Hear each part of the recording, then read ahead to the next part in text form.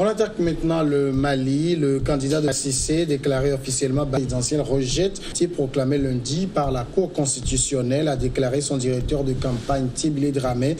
La Cour constitutionnelle a rendu un arrêt confirmant la fraude et la manipulation des résultats. Elle avait l'occasion de rendre un arrêt se fondant sur la vérité des urnes. Elle a préféré rendre service au régime. Elle s'est inféodée au pouvoir en validant le bourrage d'urnes et le trucage des résultats, source d'instabilité. Alors donc l'opposition malienne, David Jagbavi, ne décolère pas contre la relation d'Ibeka, mais au-delà de ces propos, est-ce qu'il y a autre chose à faire? Aujourd'hui, il semble que c'est consommé cette élection. C'est clair. Si la Cour constitutionnelle vient à valider l'élection de Ibeka, ça veut dire que les recours seront vains. L'opposition n'aura pour seul recours que les manifestations de rue ou les appels au boycott ou voilà, il n'y a plus de recours puisque la loi malienne est claire. Des recours sont proposés aux différents candidats à la suite d'une élection. Ces recours ont été déjà exécutés et c'est bon. Alors, Soumaïla Cissé, je pense qu'il est en train de marquer un peu négativement aussi son arrivée sur la scène politique malienne. Lorsqu'il était arrivé, il y a 5 ans, après son départ de la tête de l'UEMOA, beaucoup pensait qu'il n'avait pas encore la carrure politique pour véritablement s'impliquer ou s'investir dans la politique. Mais lui a fait croire qu'il pouvait parce qu'il a très bien dirigé l'UEMOA, oubliant que l'UEMOA, c'est 8 États africains et ce n'est pas un pays. Diriger un pays est différent de diriger une institution sous-régionale. Mais l'homme a voulu s'essayer. Il a essayé quand il était arrivé.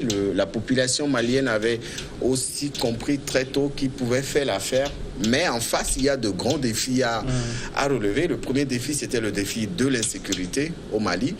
Ibeka, même si son bilan n'est pas totalement positif, il a quand même su faire ce qu'il pouvait. Et aujourd'hui, les Maliens avaient besoin de mettre quelqu'un à la tête de ce pays qui peut continuer ce combat. Et Soumaïla Cissé n'a pas été celui que les Maliens avaient voulu. En face, il n'y avait pas de candidat qui pouvait véritablement apporter des réponses aux questions des Maliens. Mais Soumaïla Cissé doit comprendre aujourd'hui qu'il a encore du temps. Moi, je l'ai dit plusieurs fois sur ce plateau. Il est encore jeune, il a de la compétence oui, mais il est encore fort physiquement, il tient encore le coup. Il a de belles idées pour le Mali. Il a beaucoup de compétences à faire valoir. 5 années, c'est grand, mais c'est rien.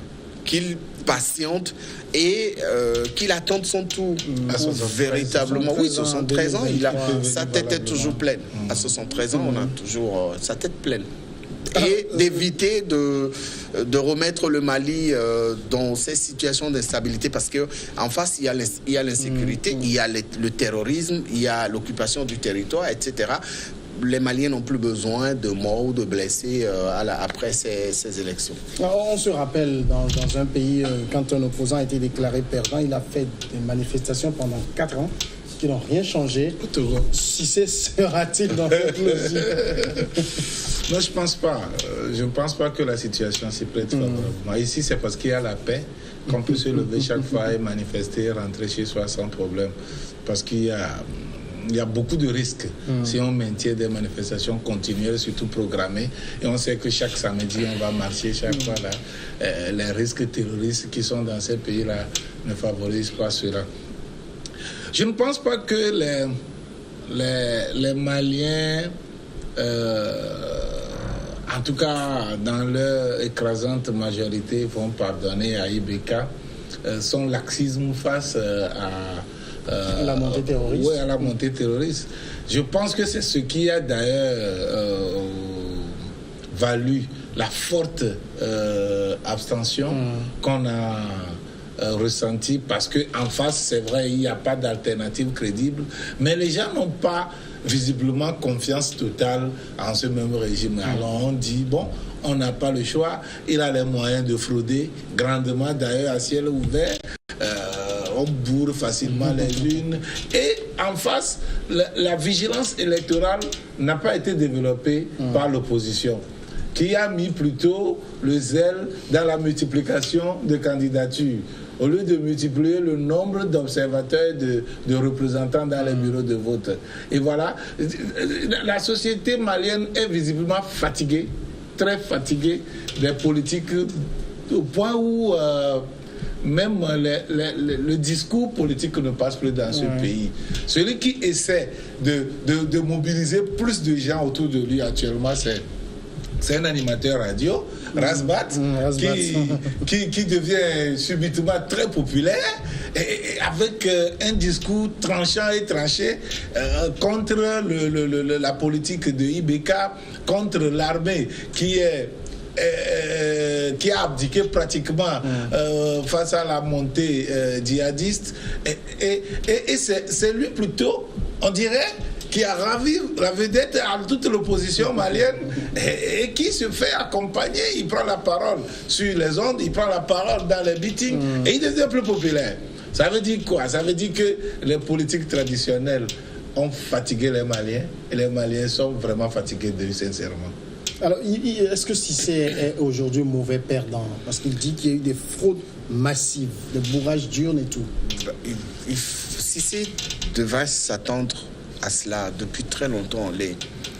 Les observations ont fait comprendre que les élections au Mali n'étaient pas favorables à Cissé. La première raison, c'est le nombre pléthorique de candidats de l'opposition.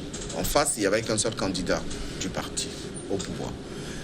Après, il y a eu le fort taux d'abstention.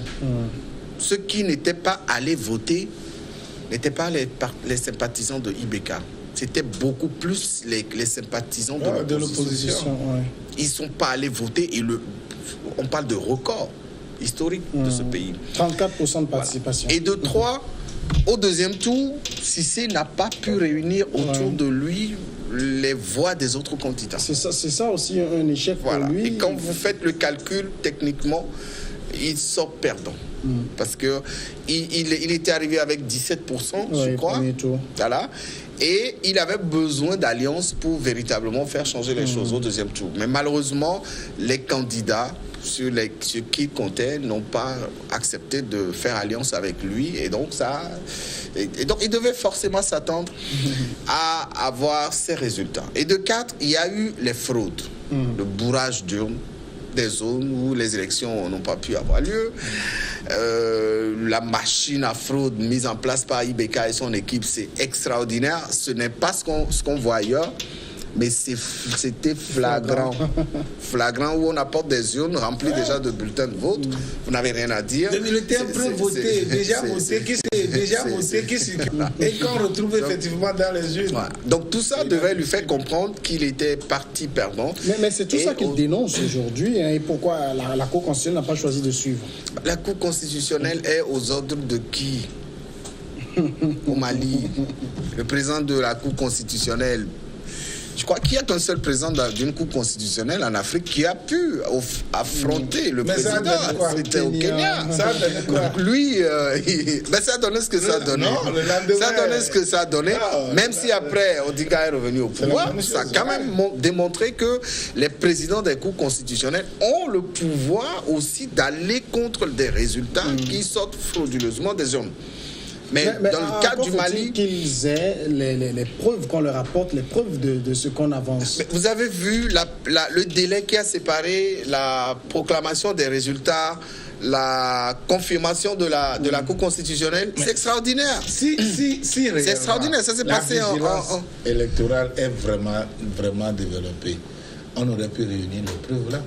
Oui, mais même s'ils réunissent les preuves, est-ce que le temps était normalement suffisant pour que l'opposition puisse apporter les preuves? Vous avez vu comment la confirmation par la Cour constitutionnelle, voilà, c'était rapide. Il fallait tout faire parce qu'il n'y a pas le temps.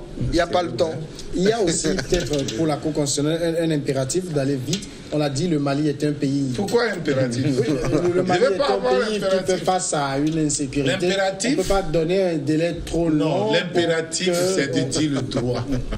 C'est de dire le droit. Et ça devait prendre le temps que ça devait prendre. Si analyser tous les résultats devait prendre plus de temps que ce que ça a pris, ça doit l'être. Ça doit l'être. On ne doit pas dire que bon, mais on a des poches d'insécurité. Oui, alors là, on va brûler les étapes et bafouer le droit des Maliens. Mais moi, je vois que Ibeka devient, du coup, le chef de l'État le plus impopulaire de l'Afrique ou bien du monde. Quand on voit qu'il est élu avec moins de 34% de la population. Mais on dit que dans le Mali, c'est pas étonnant, parce que les élections, les meilleures... Ça ne demeure pas qu'il soit impopulaire. Donc 34, 22, 23... Il n'a pas eu les 34%. 34% des Maliens n'ont pas voté pour lui. Non, bien sûr. Mais voilà. Il y a eu 67% des 34% qui ont voté pour lui. Vous voyez, non? Donc ça veut dire qu'il est... Donc sur 8 millions d'inscrits, 1 800 000 ont voté pour lui. Non, ça c'est pas ça. C'est pas ça la démocratie. Ça ne semble pas vraiment gêner les Maliens eux-mêmes. Non, qui vous a dit que ça ne les gêne pas? Ils sont gênés. Ils sont gênés. Mais vous pensez que c'est quelque chose de reluisant comme image à l'extérieur? Non, c'est parce qu'ils n'ont pas de voix ce chapitre pour pouvoir parler. Qu'est-ce qu'ils peuvent dire? Même s'ils disaient quelque chose, ça va donner quoi? La machine est lancée, c'est ébranlé.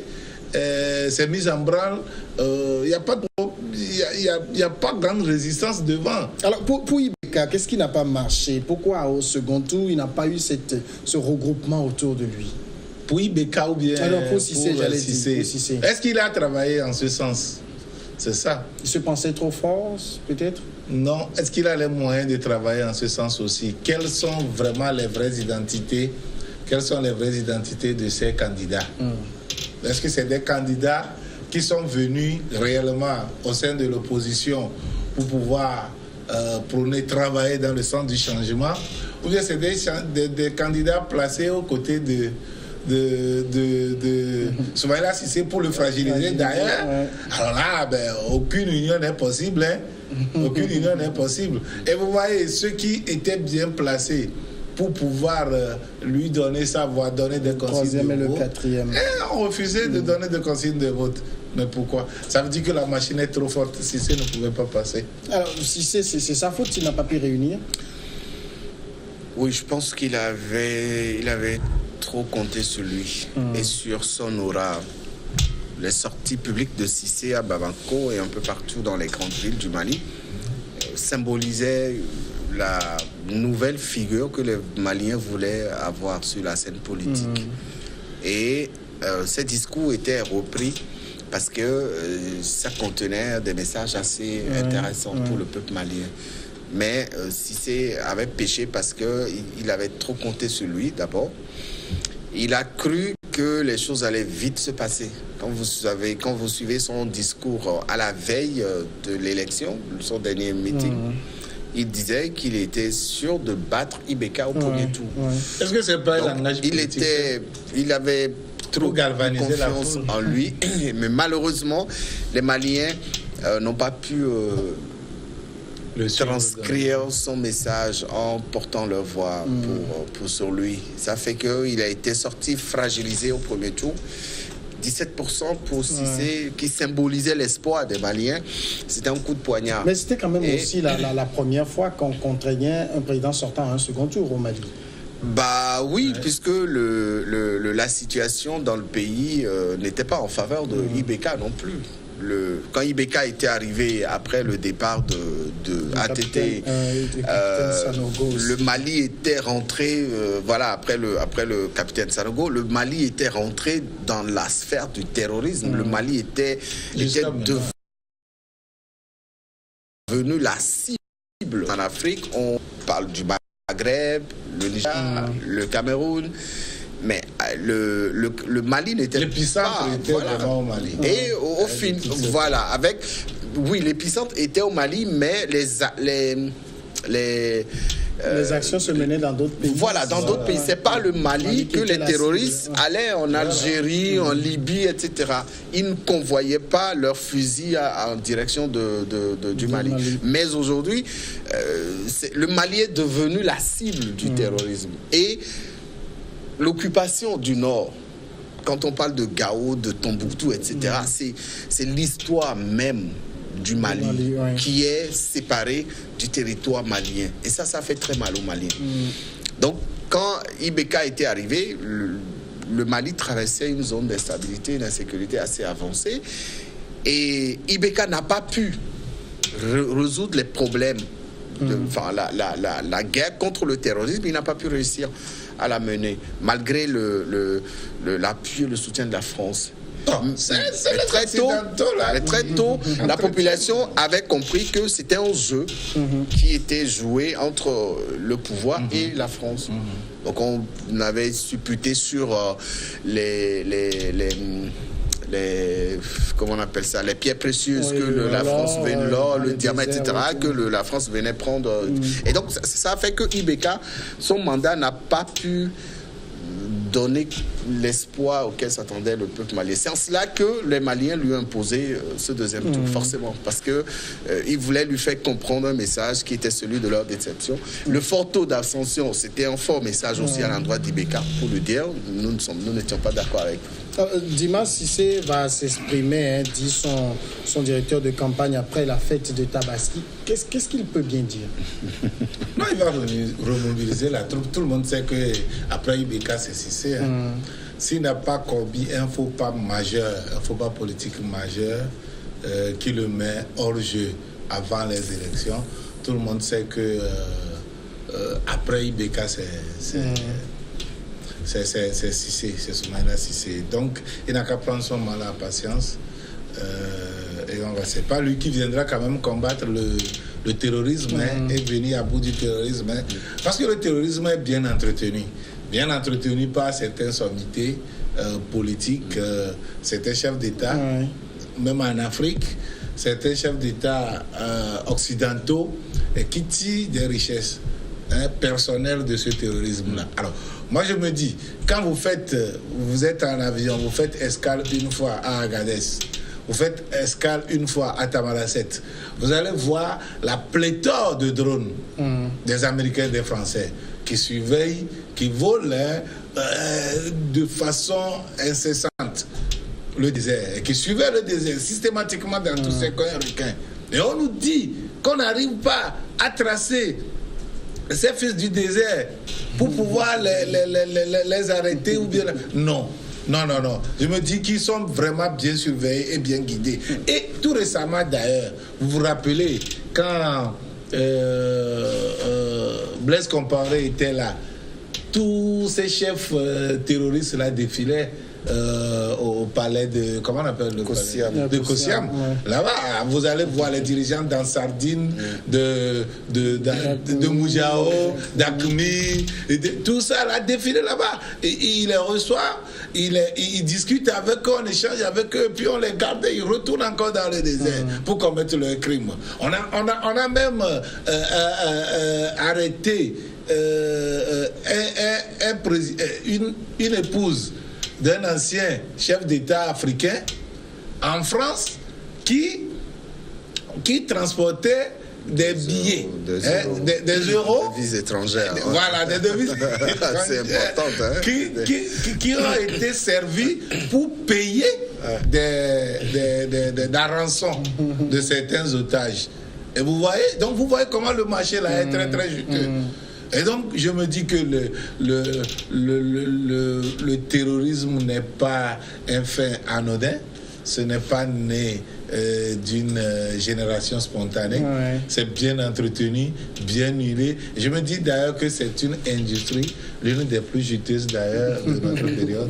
Alors, David Jagouavi, Ibrahim Boubacar Keïta, lui, en tout cas, il ne boude pas son plaisir. La Cour constitutionnelle a confirmé sa victoire. Que va-t-il faire? Un gouvernement ouvert aux partisans de Cissé? Je pense que pour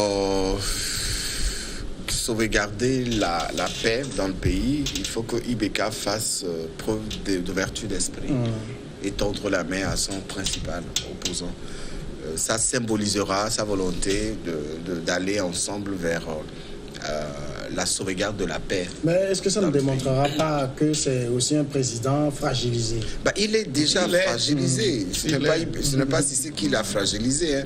Ibeka est fragilisé. Aux premières heures de son accession au pouvoir, il était fragilisé. Quand les Maliens, quand ils se couchent le soir et qu'ils se réveillent le lendemain, ils rendent grâce à Dieu. Parce que vous ne savez pas quand est-ce que ça va frapper. À Bamako, aujourd'hui, à certaines heures de la nuit, il y a des quartiers dans lesquels il ne faut pas traîner parce que vous ne savez pas ce qui va se passer. On a vu plusieurs attaques terroristes contre cette ville. Et donc, Ibeka aujourd'hui doit comprendre qu'il ne peut pas seul gouverner le pays. Il a fait pendant les 5 dernières années, à son premier mandat, il n'a pas pu. Il n'y avait pas de résultat tangible.